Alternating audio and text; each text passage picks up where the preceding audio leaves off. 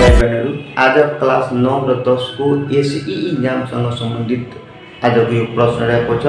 यो 2 नम्बरको सोध्छ, त्यसको एउटा खण्डीकरण छ। त्यो खण्डीकरण कसरी गरिन्छ भने यहाँनिर प्रश्न छ 2x² + 7x + 6 = 0 अनि x को मान कति हुन्छ यसलाई फाइन्ड द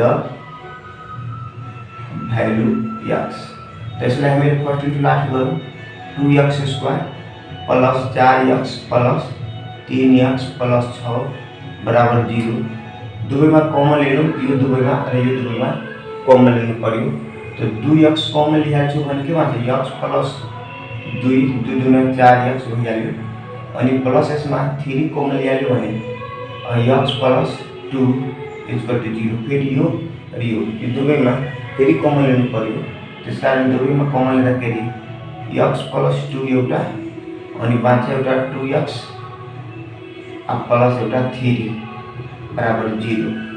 त्यसपछि चाहिँ हामीलाई के गर्नु पर्यो x + 2 = 0 समीकरण 1 therefore x = -2। फेरि हामीलाई 2x + 3 बराबर छ 0 समीकरण 2 therefore 2x बराबर -3 x बराबर -3/2 hence x = -3/2, -2 यो चाहिने त्यसको एन्सर हुने हो।